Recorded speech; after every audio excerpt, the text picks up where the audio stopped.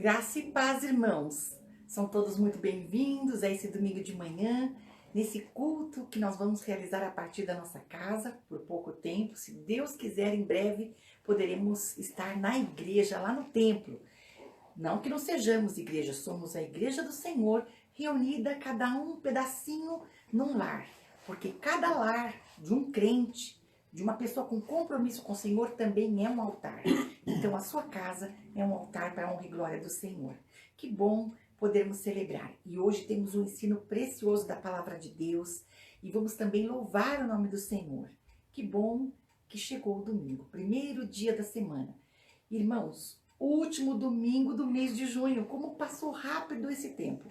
Logo já chegará o mês de julho e teremos novidades pela frente. Graças a Deus. Vamos orar? Bondoso Deus, nós queremos te agradecer, Senhor, por esse dia que o Senhor acrescenta à nossa existência, te agradecer pela saúde, te agradecer pela proteção, o teu cuidado e as tuas respostas às nossas orações durante toda essa semana. Pudemos perceber isso. E te louvamos por esse primeiro dia da semana em que estamos reunidos para te louvar, te adorar e te agradecemos, Pai, porque o Senhor nos tem dado tudo aquilo que precisamos. Que o Senhor receba esse culto, que é uma demonstração do nosso carinho por Ti, e que o Senhor visite cada irmão da Igreja Batista Nova Aliança, onde quer que se encontre agora. Mesmo que não esteja aqui no domicílio, Tu sabes, Senhor, acompanha cada um dos Teus filhos, onde quer que esteja, e também aqueles que estão visitando a nossa igreja através desse canal de comunicação e assistindo, prestando ao Senhor esse culto, Pai. Que o Senhor possa abençoar cada um. Nós oramos assim em nome de Jesus. Amém. Amém. E depois dessa oração introdutória, nós vamos repetir o nosso tema e divisa. Estamos trabalhando um novo tema e divisa.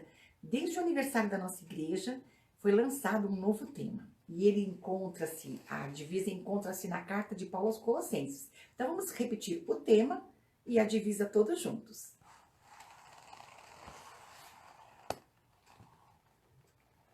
Tema: firmados na fé. Divisa: portanto, assim como vocês receberam Cristo Jesus, o Senhor, continuem a viver nele, enraizados e edificados nele, firmados na fé, como foram ensinados, transbordando de gratidão. Colossenses 2, 6 e 7. Que bênção, irmãos, podermos estar firmados na fé. E vamos cantar então o hino 154 do cantor cristão, Firme nas Promessas.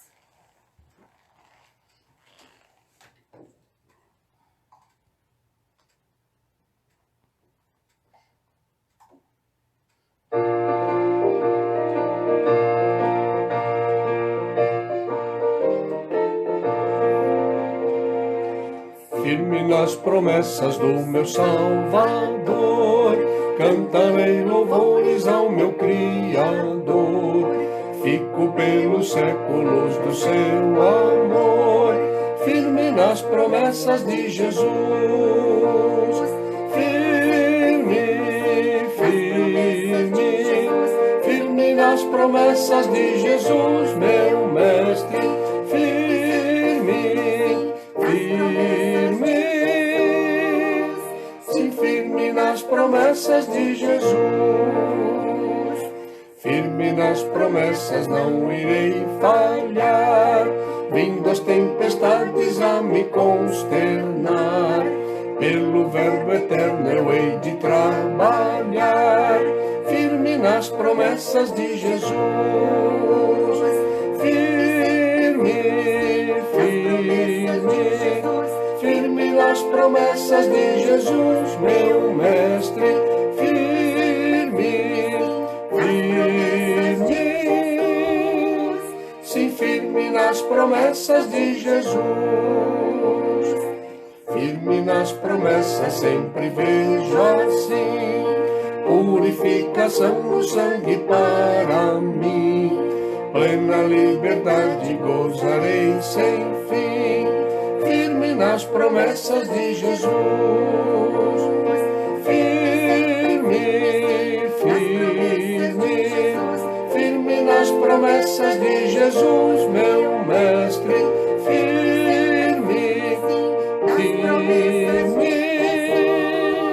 sim, firme nas promessas de Jesus.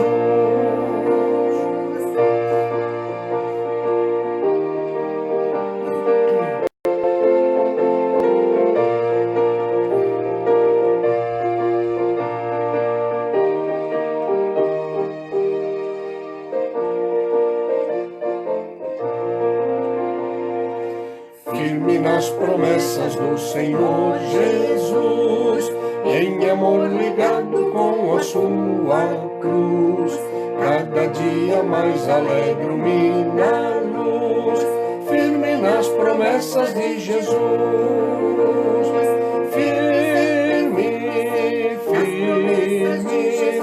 firme nas promessas de Jesus, meu mestre,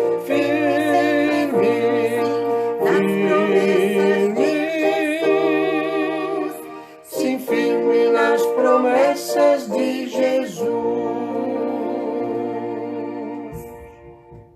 Amém. Faremos agora a leitura bíblica em uníssono do Salmo 84. Quão amáveis são os teus tabernáculos, Senhor dos exércitos! A minha alma suspira e desfalece pelos átrios do Senhor. O meu coração e a minha carne exultam pelo Deus vivo. O pardal encontrou casa e a andorinha ninho para si, onde acolha os seus filhotes. Os teus altares, Senhor dos exércitos, Rei meu e Deus meu. Bem-aventurados os que habitam em tua casa, louvam-te perpetuamente. Bem-aventurado o homem cuja força está em ti, em cujo coração se encontram os caminhos aplanados, o qual, passando pelo vale árido, faz dele um manancial, de bênçãos o cobre a primeira chuva. Vão indo de força em força, cada um deles aparece diante de Deus em Sião. Senhor, Deus dos exércitos, escuta-me a oração. Presta ouvidos, ó Deus de Jacó. Olha, ó Deus, escudo nosso, e contempla o rosto do teu ungido. Pois um dia nos teus átrios vale mais que 1000. Prefiro estar à porta da casa do meu Deus a permanecer nas tendas da perversidade. Porque o Senhor Deus é sol e escudo, o Senhor dá graça e glória. Nenhum bem sonega aos que andam retamente. Ó Senhor dos exércitos, feliz o homem que em ti confia. Amém. Senhor, nós te louvamos agradecidos, porque o Senhor Deus é sol e escudo, o Senhor dá graça e glória. Nenhum bem sonega aos que andam retamente. Queremos andar retamente diante do Senhor. Ensina-nos para que possamos viver confiados no teu poder e nas tuas promessas. Vamos louvar ao Senhor cantando outro hino do cantor cristão, o 330, O Segredo do Viver.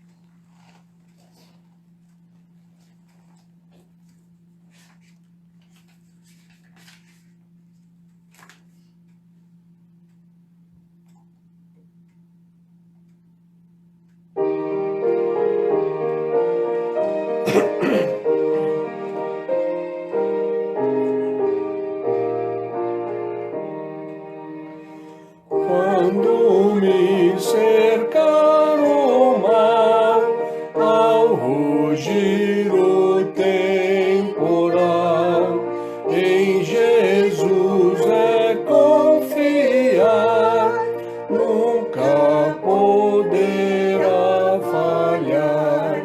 O segredo do viver, o segredo do vencer, é em Cristo confiar, nunca, nunca duvidar.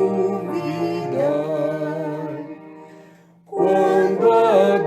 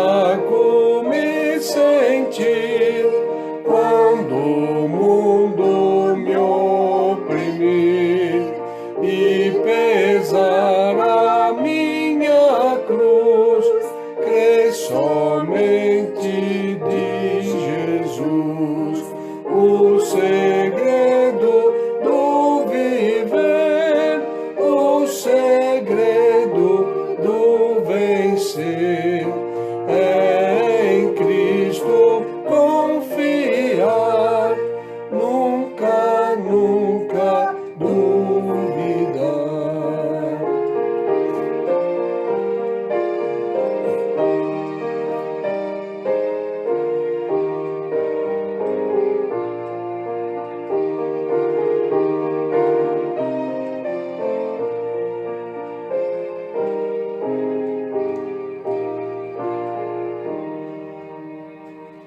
Quer nas trevas, quer na luz, sempre perto está Jesus, perto e pronto para salvar quem somente confiar.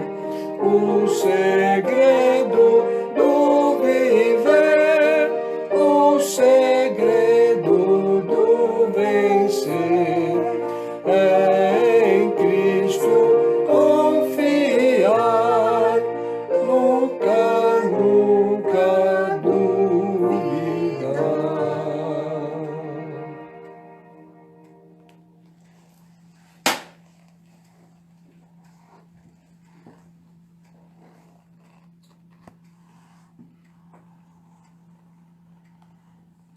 Irmãos, que coisa boa! Estamos chegando ao final de junho, terminando a nossa campanha, e a nossa campanha esse ano foi transformar o mundo com a alegria de Jesus. Que coisa boa! O nosso mundo tinha muitas carinhas tristes, ainda restam algumas carinhas, eu vou virar assim para os irmãos verem, nós estamos ainda precisando de 7 carinhas. Já temos algumas ofertas que chegaram, os comprovantes, e eu já sei que já logo poderíamos colocar mais uma carinha feliz aqui, mas ainda não completamos 50 sorrisos. Então, a cada 50 sorrisos, nós colocamos uma carinha, transformamos uma carinha triste em uma carinha feliz. E nossos missionários estão fazendo um trabalho lindo. Na verdade, os batistas brasileiros têm a Junta de Missões Mundiais há 113 anos trabalhando para a honra e glória do Senhor. Eles vão preparando os missionários lá no CIEM, eles se preparam para a obra missionária e são enviados para diversos campos. E nós sabemos disso porque nossa filha e genro foram para lá, no Rio de Janeiro, receberam um treinamento, se formaram numa das turmas e estão no campo missionário trabalhando para o Senhor, para a honra e glória do nome dele. E nós que estamos por aqui, apoiamos a Junta de Missões Mundiais. Nossa igreja é uma igreja missionária, comprometida com a verdade. E por isso nós contribuímos mensalmente com a Junta de Missões Mundiais, com a Junta de Missões Nacionais, estaduais, trabalhamos em vários projetos, irmãos. E tudo isso, claro, não somos uma igreja rica, sai através dessas ofertas que levantamos e distribuímos um tiquinho aqui, um tiquinho ali. Não é que sustentamos pessoalmente os missionários, mas quando levamos a nossa oferta para a junta junta com todas as ofertas do Brasil inteiro e vai enviando aos missionários. É assim que a obra do Senhor não para. Graças a Deus por isso.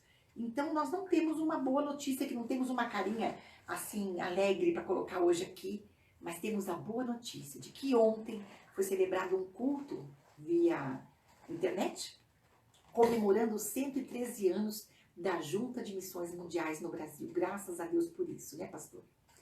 Então nós vamos agora orar pelos missionários. Irmãos, quem ainda quer contribuir com essa campanha maravilhosa, faça o depósito e não esqueça de nos mandar a foto do comprovante, porque eu não sei se os irmãos depositaram na conta da igreja ou não. Quem não tem o número da conta pode nos pedir também que a gente envia, tá bom? O número da conta, os dados direitinho, você envia, tira a foto e a gente já fica sabendo se já vai pelo menos para a noite mais uma carinha, quem sabe, não é? Obrigada, irmãos. Vamos orar, né, pastor? Vamos orar.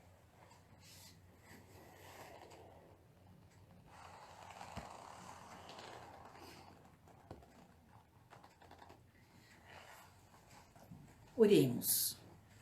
Adorado Deus, queremos agradecer por nos ter escolhido para apresentar esse segredo do viver a outras pessoas, para que todos possam confiar em teu Filho Jesus.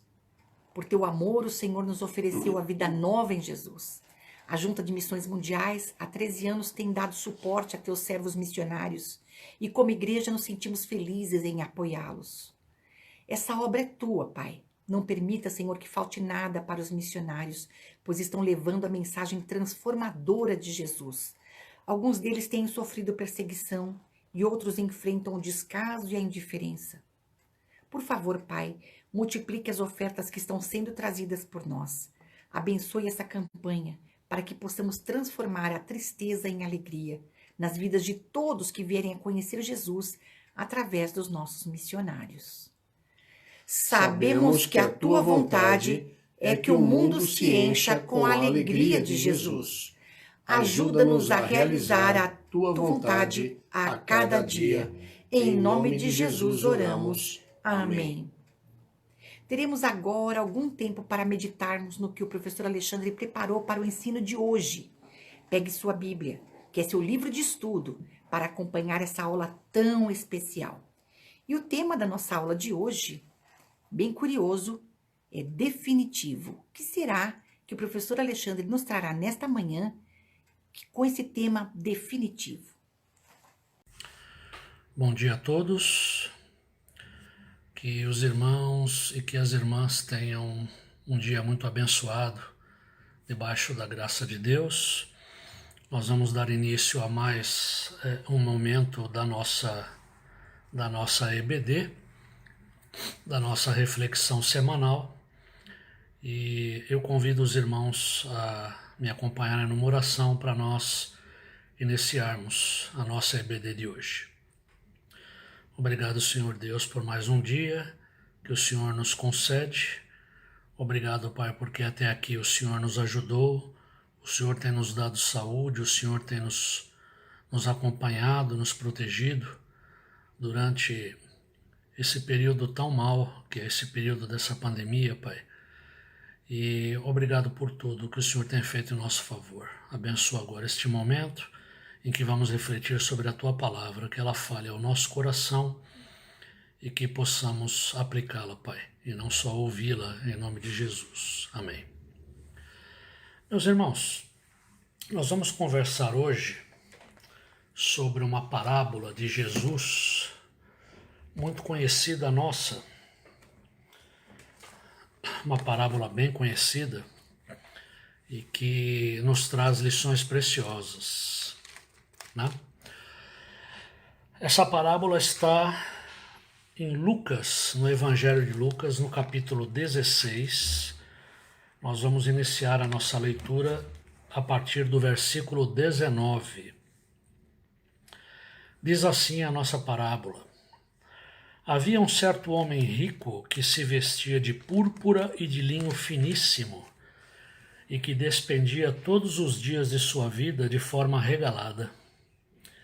E havia também um outro homem chamado Lázaro, que coberto de chagas vivia a esmolar e fora abandonado no portão do homem rico.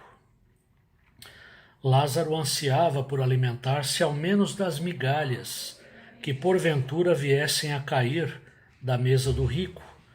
Até os cães vinham lamber suas feridas, suas chagas. E assim chegou o dia em que o mendigo morreu e os anjos o levaram para junto de Abraão. Entretanto, o homem rico também morreu e foi sepultado. Mas no Hades, onde estava em tormentos, ele olhou para cima e observou Abraão ao longe, com Lázaro ao seu lado. Então gritou: Pai Abraão, tem compaixão de mim e manda a Lázaro que molhe em água a ponta do dedo e me refresque a língua, porquanto estou sofrendo muito em meio a estas chamas. No entanto, Abraão lhe replicou: Filho, recorda-te de que recebeste todos os teus bens durante a tua vida, e Lázaro foi afligido por muitos males. Agora, entretanto, aqui ele está sendo consolado, enquanto tu estás padecendo. E além do mais, foi colocado um grande abismo entre nós e vós, de maneira que os que desejam passar daqui para vós,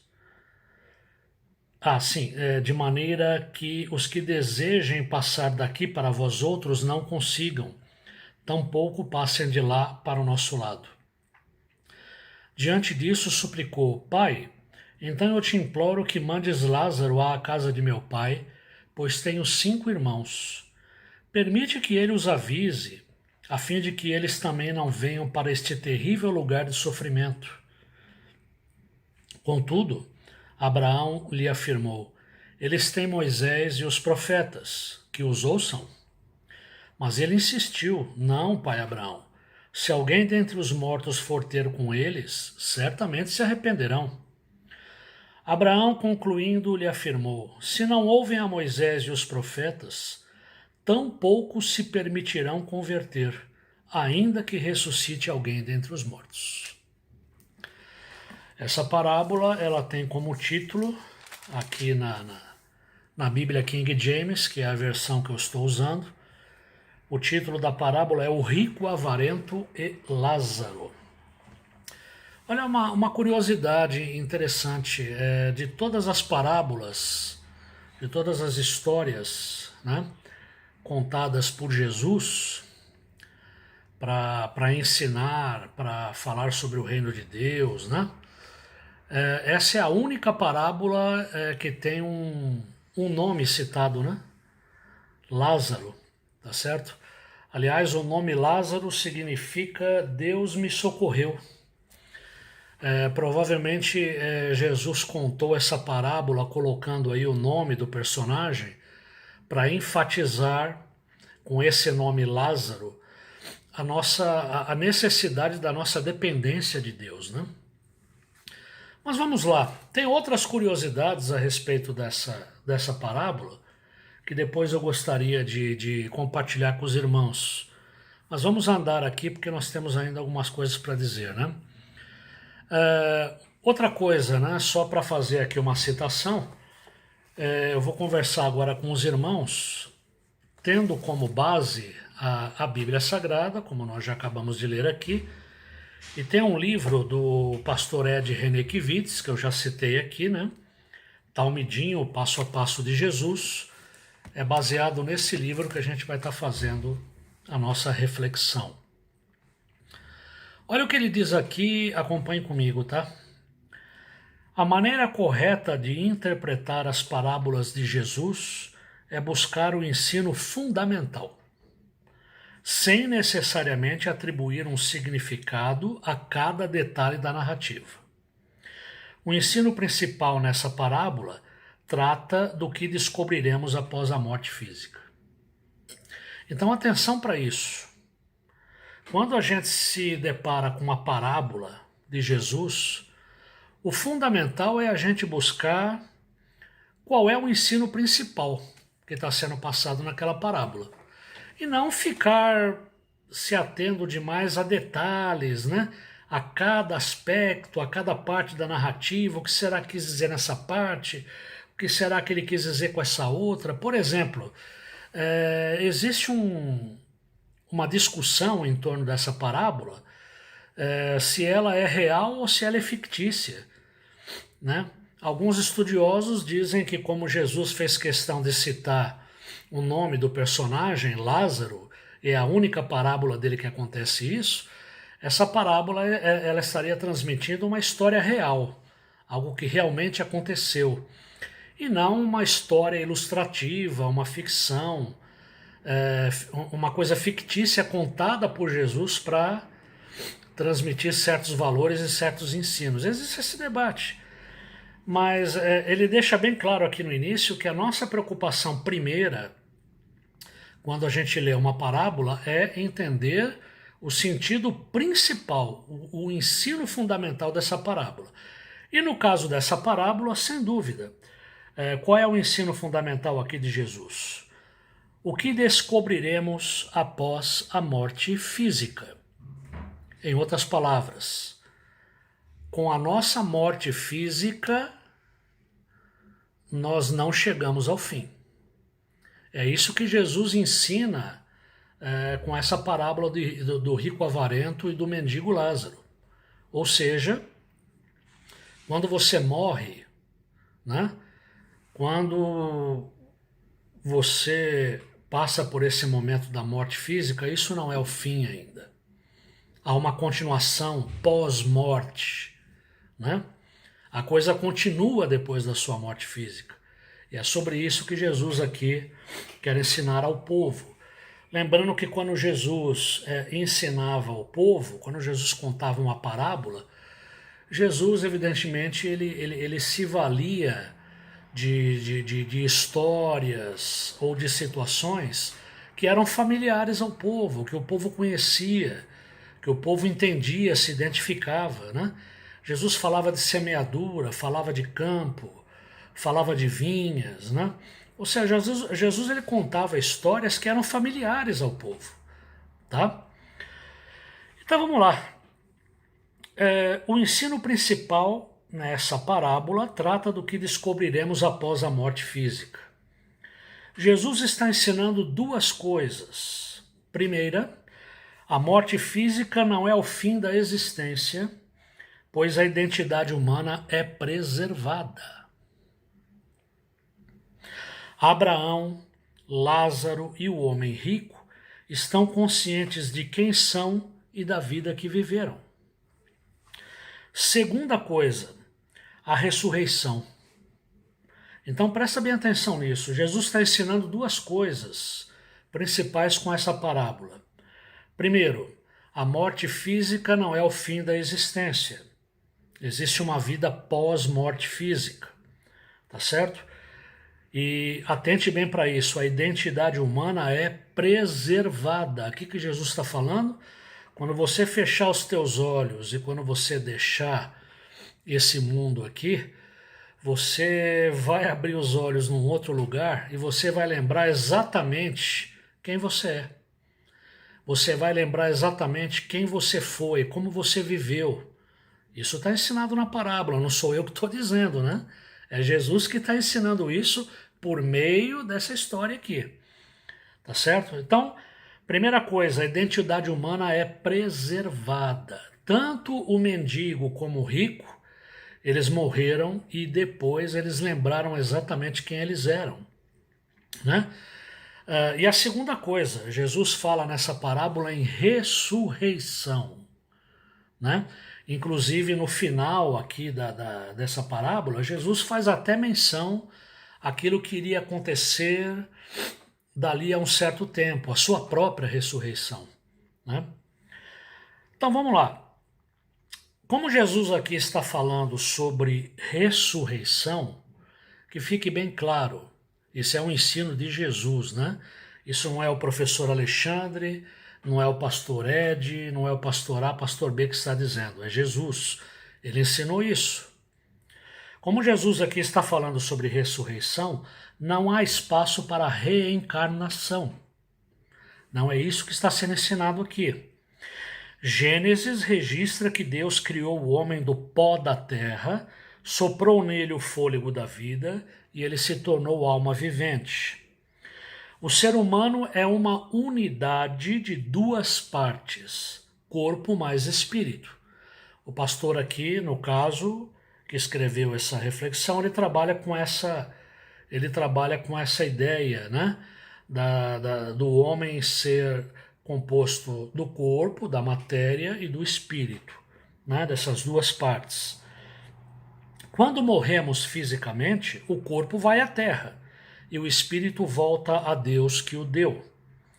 No dia da ressurreição final, quando Jesus voltar, por ocasião da segunda vinda do nosso Senhor, corpo e espírito estarão juntos novamente. Então a morte física separa o corpo do espírito. E a ressurreição final, ela vai o quê? Unir novamente corpo e espírito, estarão juntos. E aí ele fala nessa parte o seguinte: peço a Deus que me ensine a viver consciente de que após a minha morte encontrarei comigo mesmo do lado de lá. É justamente sobre isso que trata essa parábola do rico e do Lázaro. Atenção então para isso. Nós temos que ter consciência de que após a nossa morte encontraremos conosco mesmo do lado de lá. Tá certo? Então é uma parábola sobre ressurreição, não sobre reencarnação. Em outras palavras, o que ele está querendo dizer aqui é que quando a gente morre fisicamente, nós não somos formatados, né? É mais ou menos assim, vamos dizer, você tem um computador, né?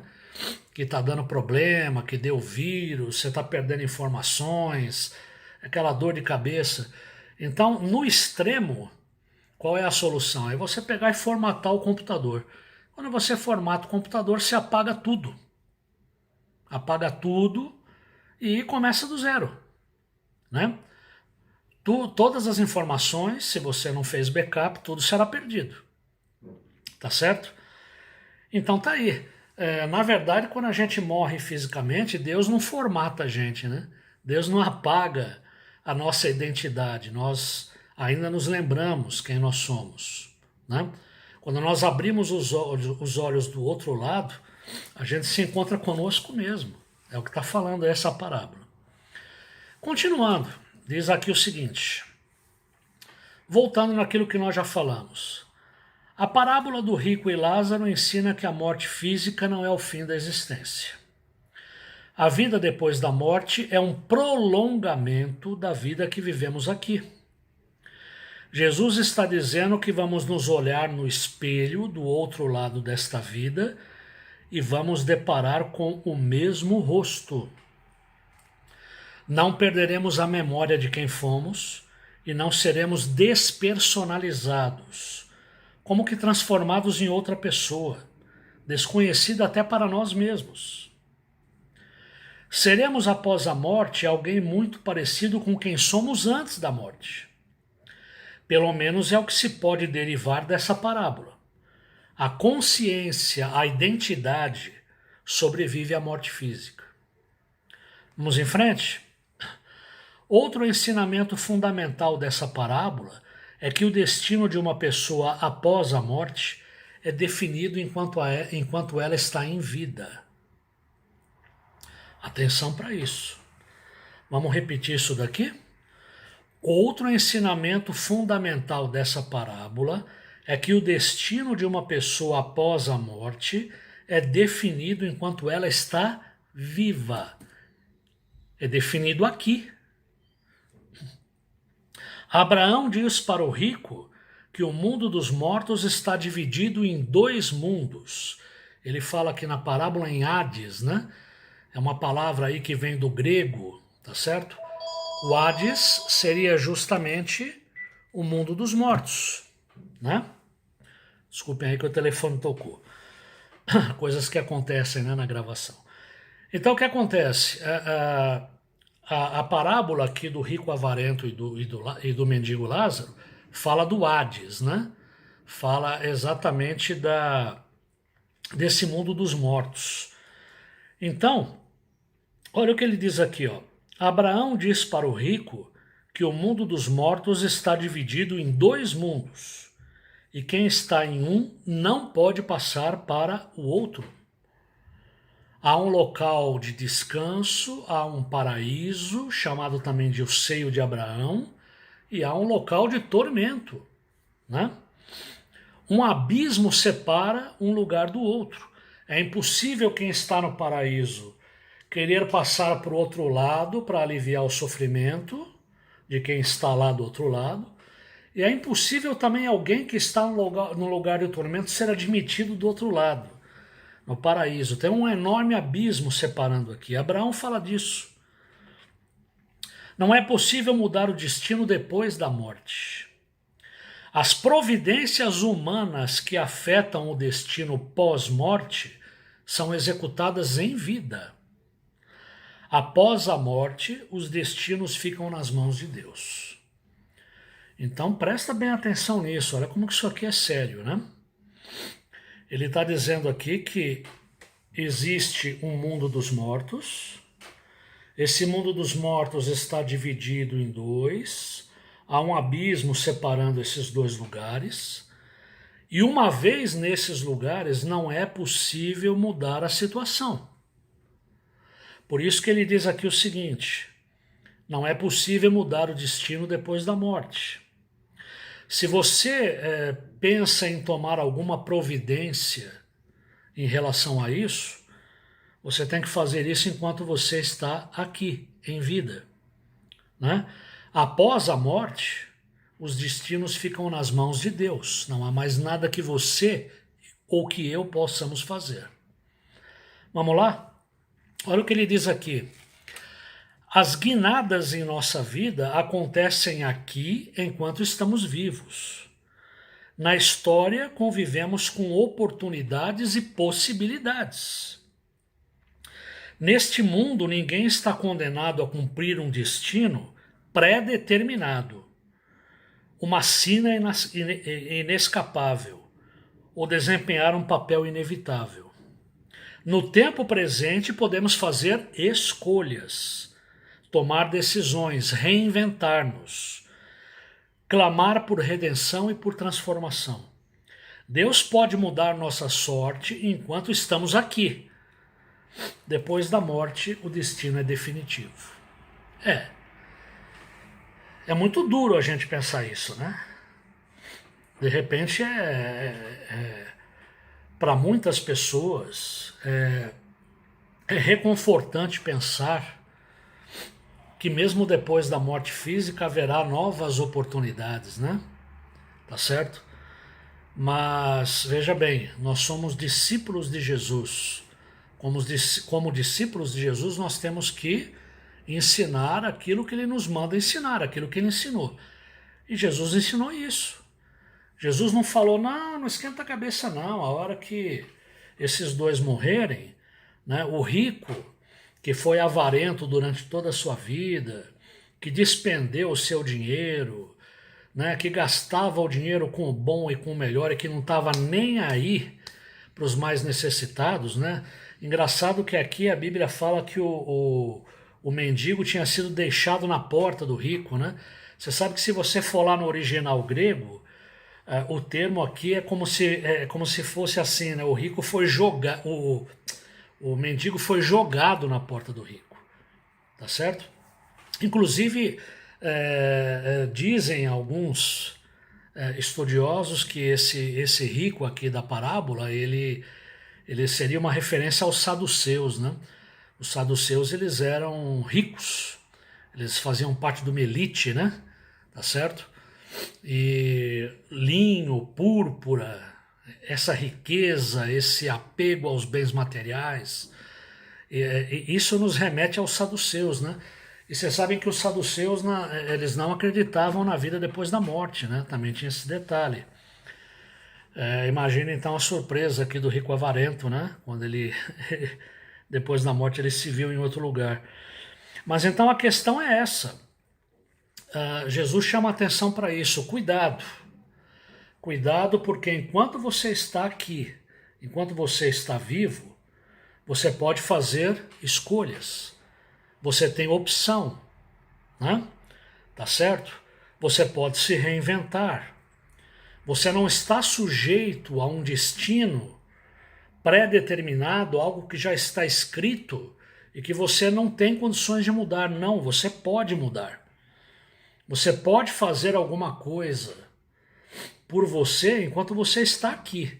Agora, após a morte, os destinos ficam nas mãos de Deus. Depois da morte, o destino é definitivo. Foi isso que Jesus ensinou. E agora, caminhando para o final. A preocupação do Evangelho não é tanto falar do que nos acontece após a morte. Aquele é um mundo em que Deus está no controle, em que os destinos são definidos por Deus, são cuidados por Ele, e não há nada que possamos fazer para abrir possibilidades de mudanças. Lá, nossas decisões não fazem muita diferença. Mas Jesus também afirma categórica e explicitamente que nossas decisões aqui fazem sim toda a diferença. Que as escolhas que fazemos aqui são determinantes para o futuro. Se lá as coisas são definitivas, aqui não precisam ser. O hoje e o agora são tempos plenos de oportunidades e de possibilidades. Enquanto estamos vivos, podemos reescrever nossa história. Como ele diz aqui, podemos clamar por mudança, clamar por transformação. Enquanto estamos vivos, podemos reescrever nossa história, reavaliar nosso caminho e redefinir a nossa existência. Então é isso. Não vamos esquecer que Jesus categoricamente falou a respeito disso. Olha, enquanto você ainda está aqui, você pode mudar com a ajuda de Deus. Você pode reescrever sua história. Você pode reavaliar o seu caminho. Você pode clamar por transformação na sua vida. Agora, cuidado. Depois que nós morremos fisicamente, aí não há como mudar a situação. E aí nós vamos terminar aqui com o seguinte: minha oração é que Deus me dê descanso a respeito de meu destino depois da morte. Ou seja, descansar em Deus, confiar de que o meu destino após a morte física está nas mãos de Deus. Mas também me dê sabedoria para eu escolher meu destino enquanto estou vivo.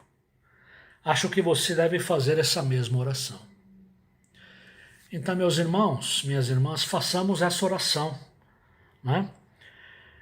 Que Deus nos dê descanso, que nós tenhamos confiança de que o nosso destino após a morte está nas mãos de Deus e estaremos com Ele. Então o veremos face a face,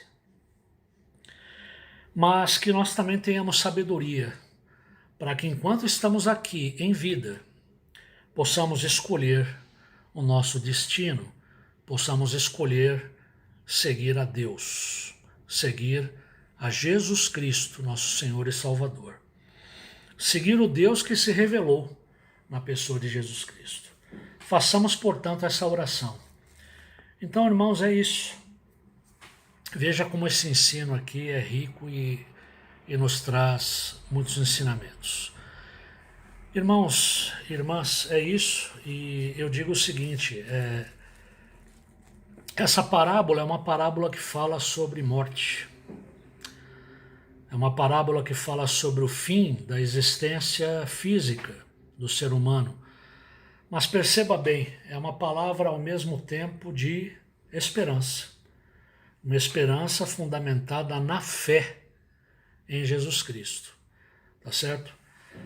Quantas pessoas não estão perdendo suas vidas ou vendo os seus parentes, os seus amigos, os seus próximos, tendo vidas ceifadas por essa pandemia, que, veja bem, no momento em que eu estou fazendo essa gravação aqui, nós temos aí mais de 54 mil mortos, né? Já registrados no Brasil, tá certo? E outro dia eu estava vendo uma entrevista de um médico na televisão e ele chamou atenção para isso. Não são apenas 54 mil mortos, são 54 mil famílias que estão em luto. Imagina um negócio desse, quer dizer, é uma situação muito difícil que nós estamos passando, que o mundo está passando nesse momento, que Deus tenha misericórdia de nós.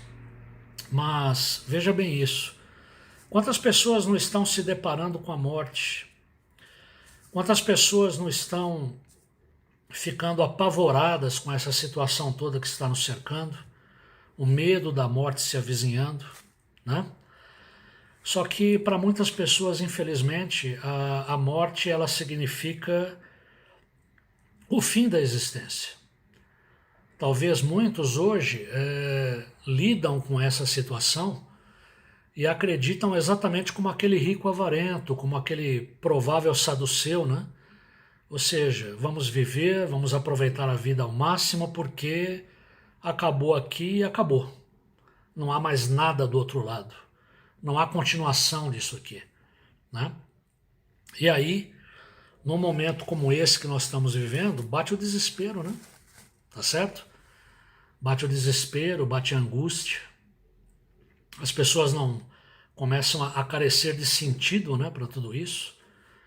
Mas graças a Deus que Jesus nos ensinou essa parábola, falou de algo trágico como a separação, como a morte física, mas ele fala sobre isso com uma palavra de esperança. Tá certo? Então é isso. Alimentemos os nossos corações com essa esperança que vem do Pai. Que Deus abençoe a todos, uma boa semana e um grande abraço do professor Alexandre e da irmã Sandra. Tchau, irmãos. Bom dia, meus amados ouvintes. Uma palavra preciosa do nosso professor Alexandre, a palavra de Deus, o nosso compromisso como igreja, como representantes do Senhor nesta terra. Ele fundou a igreja. O nosso compromisso é com a palavra de Deus. A Bíblia é a nossa única regra de fé e prática. Esse é um dos princípios que norteiam a denominação batista. E este é um princípio básico da igreja do Senhor. Sola Escritura. E Jesus nos deixa um ensino profundo através desta parábola. Que nós possamos refletir naquilo que ouvimos hoje, nesta excelente reflexão do nosso professor, daquilo que nos espera do outro lado. Ao homem está ordenado morrer uma só vez, vindo depois disso o juízo. Portanto, no momento que fecharmos os nossos olhos aqui, nós estaremos indo para uma antessala, que podemos chamar de Hades, como os vimos e ouvimos nesta parábola, ou também do paraíso, quando Jesus deixou muito claro para um dos assaltantes: hoje mesmo estarás comigo no paraíso. E ele fez isso quando, este assaltante? Em vida, neste plano, no plano que estamos vivendo hoje. Este é o momento da graça, o momento em que Deus estende a sua mão para todos nós, porque todos pecaram e destituídos estão da glória de Deus. Mas não seremos julgados e condenados por sermos pecadores, mas seremos, sim, julgados e condenados ou absolvidos mediante aceitarmos ou não o perdão de Deus dado através de Jesus. Esta é a verdade crucial da Bíblia. E amei muito essa reflexão de hoje do nosso professor e que você possa também refletir nisso, porque esta não é a verdade do pastor Ed René, não é a verdade do professor Alexandre, do pastor Isidro. Esta é a verdade da palavra de Deus. A palavra de Deus é a verdade. Creia, arrependa-se, aceite o perdão de Deus, aceite o perdão de Deus através de Jesus e tenha a vida eterna através de Jesus. Espero encontrá-lo hoje às 18h30, quando teremos o nosso culto, mais uma vez, para celebrarmos juntos o nome do Senhor e honrarmos o seu nome e falarmos do amor dele por cada um de nós. Que o teu amor de Pai, que a graça de Jesus Cristo, o teu Filho, e que a comunhão e a instrução do teu Espírito repousem sobre a Igreja Batista Nova Aliança em Vila Guilhermina, sobre todos os nossos amados e amadas ouvintes que nos acompanham dominicalmente e também às quintas, e sobre toda a tua igreja espalhada pela face da terra. E que no dia de hoje, milhares e milhares entendam e recebam o teu perdão. Oramos assim no nome de Jesus. Amém. Que Deus te abençoe. Uma ótima